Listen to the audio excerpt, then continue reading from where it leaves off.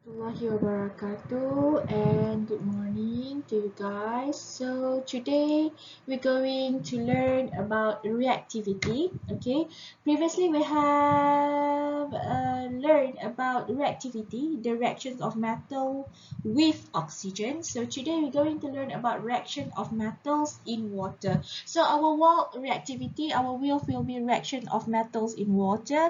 If you have your textbook with you, please open page 82 and 83. You might want to read first. Okay, so here you can see from this picture, okay, the explosion happened.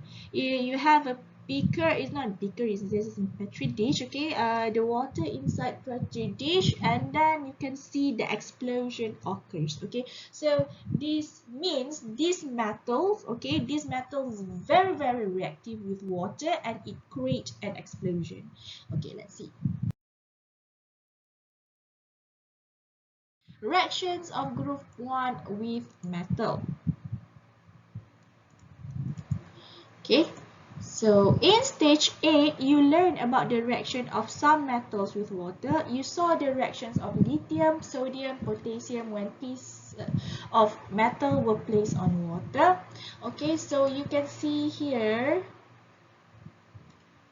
okay, lithium reacts with water to produce lithium hydroxide and hydrogen. Sodium more reactive than lithium. You see the bubbles here. Okay, this is not really much bubbles. You can just see like, yeah, it's floating in water. But here you can see this kind of bubbles, right? Is reactive.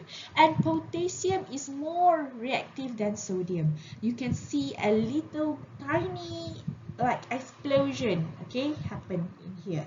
So look at the position of these three metals in group 1 in periodic table on page 81. Potassium is the most reactive and is lower the down group. Lithium is the least reactive and it is top of the group.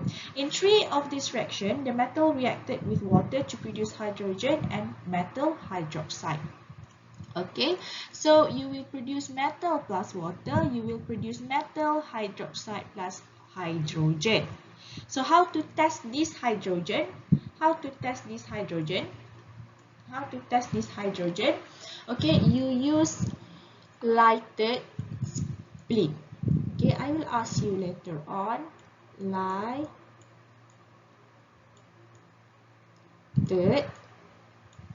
Oh God, it's terrible. I'm trying my best, guys. Okay, lighted splint. Okay, so you test with lighted splint and it will produce pop sound. It means that that thing has hydrogen gas. Okay, so if I ask you what test we should use for hydrogen, lighted splint. Okay, so metal plus water will become metal hydroxide plus hydrogen. From this picture, you also can see which one is the most reactive. Okay, this one is the most reactive, potassium, because it creates an explosion, have a lot of bubbles, and then this one is just nothing, it's just floating on the top of on the water. Okay, so actually for IGCSE we have sequences for reactivity series. Okay, so stop calling me. Okay, please stop calling me a careless zebra. Instead, try learn how copper sieves go. So this is our reactivity sequences. I will explain later what means by please stop calling me a careless zebra and stuff like that. Okay, so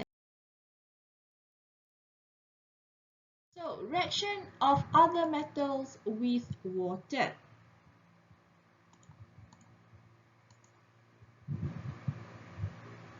Wait. Okay, reaction of other metals with water.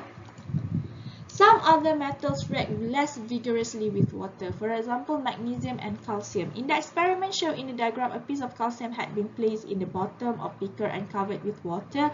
A filter funnel had been placed upside down over the beaker. The given gas given off is collected in test tube by displacement of water. So you can see from the diagram, okay, this one, okay, we put metal, calcium here, and they will produce the gas. Okay, so what kind of gas it will produce? Metal will give you what? What? Hydrogen gas. So how to test hydrogen gas? Lighted spleen. It will give you pop sound. Okay, so this is hydrogen inside here. Metal reacts with any metal that react with water, it will produce hydrogen. And how to test the hydrogen? Pop sound. Lighted spleen, it will produce pop sound. So if I ask you to draw the diagram how to have the experiment, okay, how to have the experiment of metal and water, please draw this diagram. Okay, you have a conical flask here, you have test tube, you have beaker. Okay, so we're going to also do this kind of experiment later on. So let's see, some of the metals do not react with water at all. Okay, but it reacts with steam. Even magnesium will react more rapidly with steam and with water. In the reaction shown on the right, magnesium is heated. From the time to time, the ceramic wool is also heated. The ceramic wool has been soaked in water, which produces steam. In this reaction, the magnesium reacts with water in the form of gas. Magnesium oxide and hydrogen are formed. The hydrogen gas that is given off can be burned. So the word equation for this reaction will be magnesium plus steam. It will give you magnesium oxide and also hydrogen. So if you want to test whether the metals react with water, you draw this diagram. If you want to test whether the metals react with steam, you draw this one. This is how metals will react with steam. Okay, so you have ceramic wool, and this ceramic wool was soaked. Okay, has been soaked in water, so it will produce steam. Okay, when you heat it, so magnesium ribbon will become magnesium oxide and hydrogen. How to test hydrogen gas? We need to test with lighted spleen, and it will give you pop sound. Alright, that's all for now, guys.